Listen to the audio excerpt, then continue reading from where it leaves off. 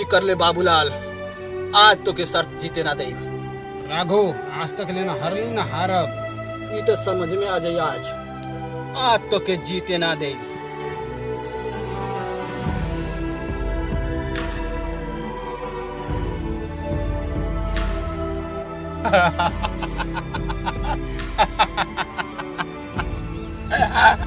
बाबूलाल हंस ले कहली है ना कि आज तक लेना हरली ना हारब।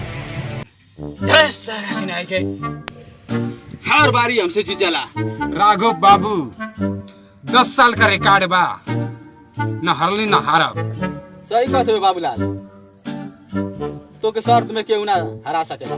बाबूलाल तो के अपने ऊपर बहुत घमंड बा, तोर घमंड हम तोड़ के रहब। बाबूलाल आज तो हम घरे जाते नहीं, तो से काल मिलब। काल तो बाबूलालवा हमके पंजा में हरा के बहुत खुश होत रहे। आज तो ओके ऐसा सबक सिखाई, कब वो सपना में ना सोच ले।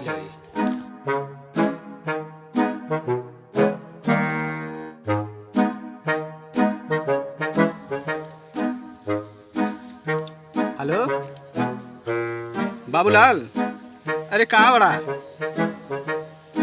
आवा वही पुरनका क्वार्टर के आवा। आ बाबू आ, तोर घमंड चकना चूर ना कर देली तो हमरो नाम राघव ना।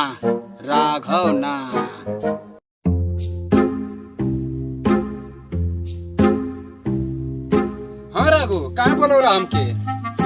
अरे यार वैसे सोचा नहीं है कि थोड़ा तो ऐसे मुलाकात हो जाए। अच्छा भाई अच्छा। वैसे आज बाबूलाल सोचा थे ना एगो और शर्त लगा लिया जाए। अरे यार बार बार का शर्त लगावेला, जब हारी जाला तू तो शर्त काहे के लगावेला? मालूम बा कि हम हार जाइला, लेकिन सोचा था ना कि एक हला और लगा लेता सर तो बहुत अच्छा रहा। तो ठीक है, जब ना मनवा तो कौन चीज का शर्त लगेगा? चला लगावा। बाबूलाल ये तो हम चाहत रही, हम जाना था कि हम ना जीत पाए तो से, लेकिन क्या करवा मजबूर है। चला ठीक है, एगो शर्त लगा लेना तो ठीक है। शर्त कौन चीज का बा? चला बाबूलाल अपन खेते हम बताए। ठीक है चला जा।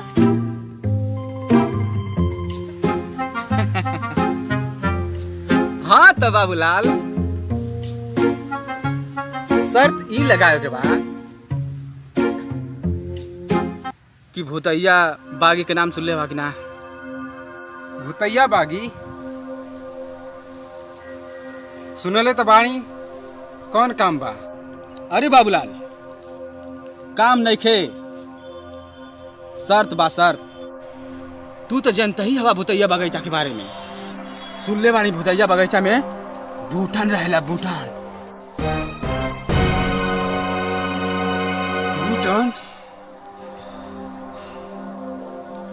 बूटन रहेला। हाँ वो बगीचा में बूटन का आत्मा रहले, आत्मा जे दोपहर के समय वो बगीचा में जाला उस सही सलामत लौट के ना आवेला। सुन ले हैं कि बूटन का आत्मा ओकरी शरीर में घुस जाला। आत्मा रहले कहा सोचत बड़ा बाबूलाल? का तोहरी अंदर वो हिम्मत बा वो बगीचा में से जाके लौट के आ जाए?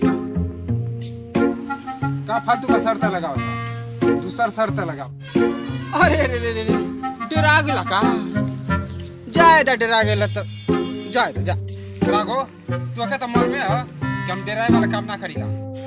अगर ना डराला तो जा वो बगीचा से लौट के आवा तो के 500 रुपये दे। 500 इतना डरपोक समझता रखा हमके।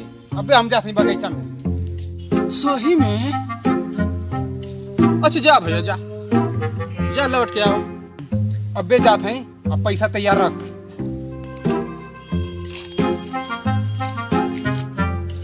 बाबू जो तो के पूतन का आत्मा छोड़ी ना। अरे यार एगो तो अपनी भैंस से परेशान है, पता ना रोज कहाँ पगा चुरा के भाग जाती है। अरे यार ये तो बबुलवा दोपहरों में क्या कर जाते हैं यहाँ? 1 मिनट रुको, उससे पूछी कहीं हमें भैंसिया के नाम देखला?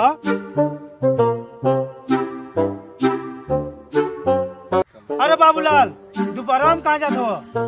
हमें भैंसिया देखला? हटो यार, ये तो पहले से दिमाग खराब है, वो हम रास्ता रोके चली रहा। का भइला यार? कुछ ना यार, रघुआ सर तो लगौले कि भुतैया बाग में से दोपहरिया में लौट के आ सकेले। अरे यार भुतैया बगीचा में हमार बात मान, यहाँ से कल्टी मार ले। भुतैया बगीचा के बारे में तू जान नहीं के? बहुत खतरनाक वो बगीचा है, वो में जे जाला वो सही सलामत ना आवेला। दोस्त हवे यही से समझावत है, यहाँ से चुपचाप भाग जाओ, जिंदा ना बचबे। अरे यार कुल का कुल फटुआ हो सका, वो बगीचा में जाए और सर तो जीत के आई। एकर मतलब हमार बात ना मनबे? हट यार यहाँ से, जाके भैंस अपन खोज। जो बाबू जो हमार बात ना मान ले ना, तू पछतेबे।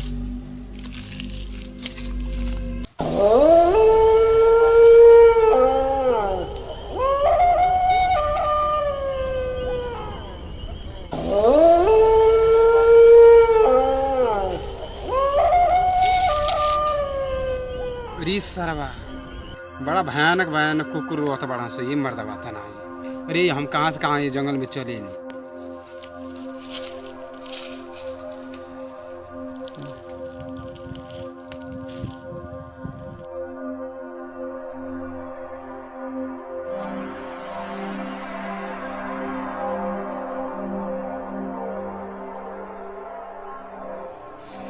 साला हमके डरपोक समझाते रहना से, 500 रुपया जीत के तो जाई, कौन हमार कुछ ना कर सकेला।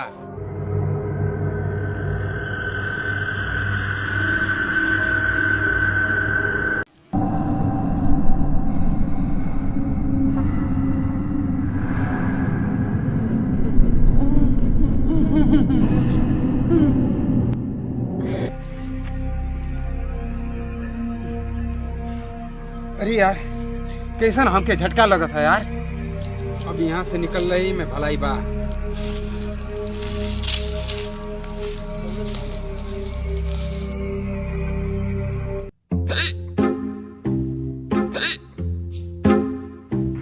उठा ये भाई भैया का हो गई भैया? अरे यार इनके का हो गई? ये तो अपन सही रहना, घोड़ों मती कैसन कुद्दत हम। अरे अब हम का करी, केहू लौकतो नहीं खे। ए भैया, ए भैया, अरे यार ये क्या हो गई? अरे चंदन भैया इस सुबह में बहन ठीक रहना, पता ना बहने कुछ देर बाद इनका हालत खराब हो गया, कहीं कुछ हो गया का इनके? कुछ ना हमें का मने कहीं नहीं, भुतैया बारी में गई ला, कहीं कुछ धन आन ले लो। भुजना लगा तो धैर्य उठावा ले चला सा। चलो एक उठावा। बाबू तू यहाँ रुको, हम एक बाबा के पास लेके जाते हैं, देखिए का भइल। जा चंदन भैया थोड़ा देख लिया इनके, कहीं रास्ता में तंग न करे। नहीं बाबा बहुत जानकार हो। हाँ तो ले जाओ नहीं तो ठीक।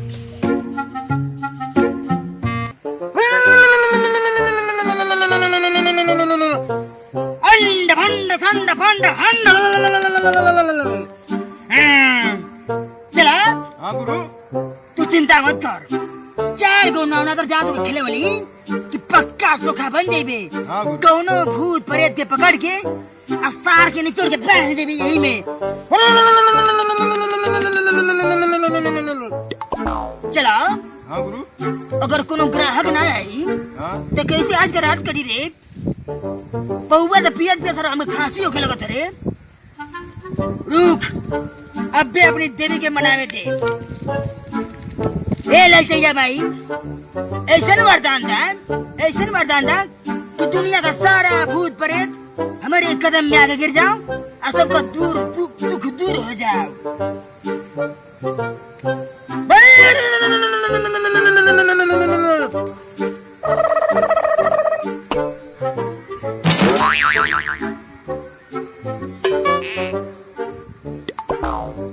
हमारा फर्क तो चला लगा तो कोनो ग्राहक आवत बा आज राती का इंतजाम हो जाई 4 दिन से नहीं खे मिलल हो दारू जल्दी से ग्राहक भेज दो हो ना भेज भेज भगवती ग्राहक भेज तोर भक्त मुख्य सुती कर रे चला तनी मनाओ रे मनाओ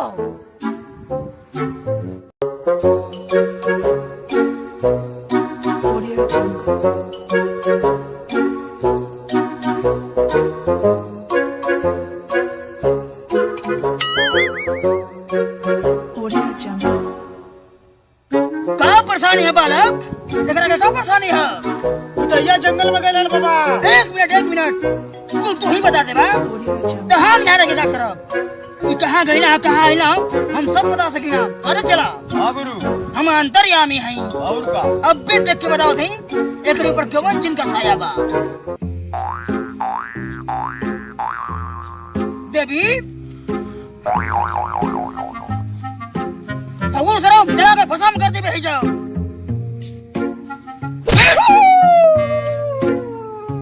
पढ़ाई ले जो अब देखी तब तू कहाँ से आइल बड़े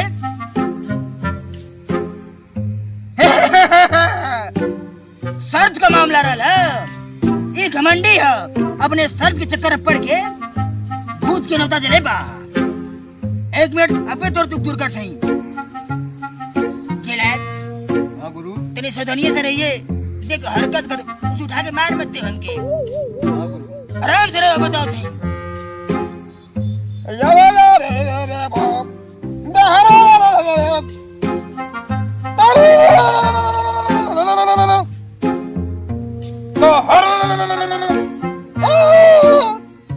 क्या करवाए देवियों पर आवली से कई रंग ढंग से आवली से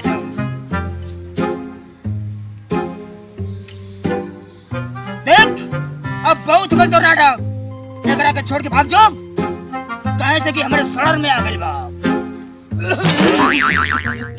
उल्टी के देवे करे पूरा छोड़बे के ना छोड़बे के ये तो हमारे कोबी का थरे चला लगा था टम्मा उखाड़ दिला भूत हाँ गुरु देख अब ये हमारे सड़र में आ गया एक छोड़ और निकल यहाँ से भाग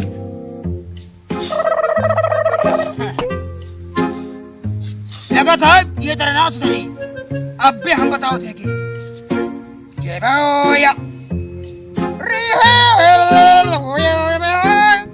छोड़ बेगा छोड़ बेगे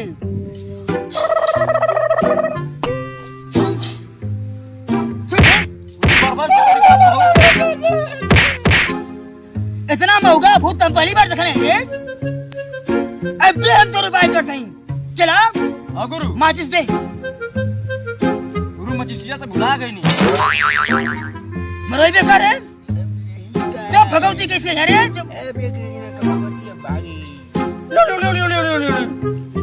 तो हमारे भगवती आखिरी में ना घुस गए ले ये तो हमारे लिए कुल नाटक करता है चिंता मत कर ना चढ़वे तू जान रखे हम हूँ बहुचट बाबा तो के छोड़ अपना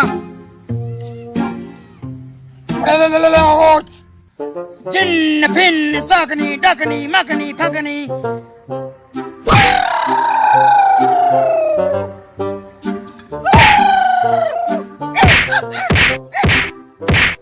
कब मऊ करो लेता कब कौवा करो लेता अब पकड़ कैसे रहे तुरे बहुत हो गया नाटक अब तो के छोड़म ना अरे गुरु मुआई का ही हो हम लोग देखने लगे थे रे क्या मुआई गुरु कुछ करा गुरु अरे गुरु कुछ करा अबे फालतू मंत्र पढ़ते हिगियो हिगियो देख ले एक से एक मंत्र ज्ञान हमके पड़ा है दुनिया में 572 मंत्र सिद्ध कैले हैं अगर एगो से ना भगवे तो दूसर का से भागी जीबे अगर वो से ना भगवे तो बहुत मंत्र हमारे पास है गुरु तो कुछ आवेला कि मरवईबा और भाई तो हमारे पास कर पड़े ज्यादा बोलबे तो तोरे पर भगवती भेज के तोके मुआ दे। अरे गुरु ऐसा मत करिया। अबे शराब दे तोके। नहीं गुरु। तो हम के दे शराब, हम पी जाए। शराब 2 दिन से हमके मिलते है तो कहाँ से दे? चलाओ लो, चलाओ। हाँ गुरु। अब बहुत हो गए कर्नाटक। हाँ। चलाओ। हाँ गुरु। बहुत हो गए कर्नाटक। क्या करल जाए अब एक छुड़ाओ के पड़ी। नौटंकी बहुत कैले गुरु ही देखत। अब एक के हम सबक सिखावत हई। छोड़बे कि ना छोड़बे? बच्चे गुरु तो जान ले देखत त। देखला हमारे अंदर कला है। 4 पंख मरले लाए लगला कूदे। हाँ गुरु झूठाई शक करत रही हम त। कौन बात लिखी? हमके माफ कर गुरु। अब एक भगावले का टाइम आ गइल बा, बहुत समय हो गई। हाँ गुरु जी। अब दूसरा ग्राहक आई तबे ना काम चली। हाँ। एक भेज दे। भूतवा के भगा दे ना। हम भूतवा भगा। हां। छोड़बे कि ना छोड़बे? बियर लेते जाए। बियर? गाय का मुद्दा गुरु बियर मांगत होता। आजकल देवियो गुलाम होती है पुलिया। तने फोन दे, मोबाइल दे। फोन लगाओ तुमका। अबे ललचिया मैं के फोन करती हूं। हाँ ललचिया मैं फोन करती। हाँ गुरु बतियावा। हेलो ललचिया माई, क्या माई दिन रात तोहर पूजा करते ही और तू हमारे ऊपर प्रकट होता ही ना हो। क्या चुप रे, बैलेंस भरवा दे। हाँ 15 रुपया का हम रिचार्ज करावत है, लेकिन हमारे पास खाली 12 रुपया हुए। चला हाँ गुरु। 2 रुपया बाका देखा पड़ी गुरु। हाँ तंदे ललचिया मैं रिचार्ज कर भाई। हाँ तो जल्दी से प्रकट होगा हमारे ऊपर आए। हाँ गुरु हो गए 2 रुपया। हाँ ले। ओ ललचैया माई आवा। ललचैया माई के बैलेंस भरोनी आवे कल ही। बड़ी शांति से।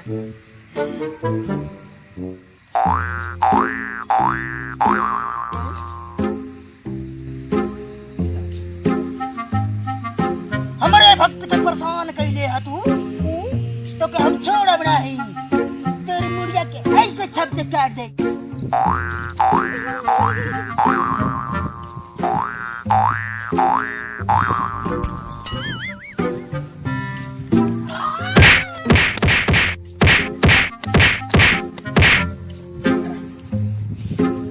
बार भी लगा गुरु। बड़ा समझदार बड़ चला है। चलो हाँ गुरु। हमारे नाम तो मट्टी में मिलाई काई। लगत तो है। अब ला दगी जवान मंत्र मारे के पड़ी। मार दा गुरु। जवान मंत्र मारी। हाँ मार दा। आखिरी बार बोला थी, छोड़बे कि ना छोड़बे? ना छोड़। ना छोड़बे? ना छोड़। चला हाँ गुरु। हमार कुल मंत्र तो फेल हो गई। हाँ वही अब। लगा थे कि जवान मंत्र मारे के पड़ी। 12 जवान मंत्र के। अब पे जवान मंत्र मारो हाँ। तो खगड़ा के छोड़ के भागी। मारा ऐसा घाड़ा के भागे। तारीफ ना छोड़बे? ना छोड़। छोड़ दे रे। ना छोड़। ना छोड़बे? ना छोड़।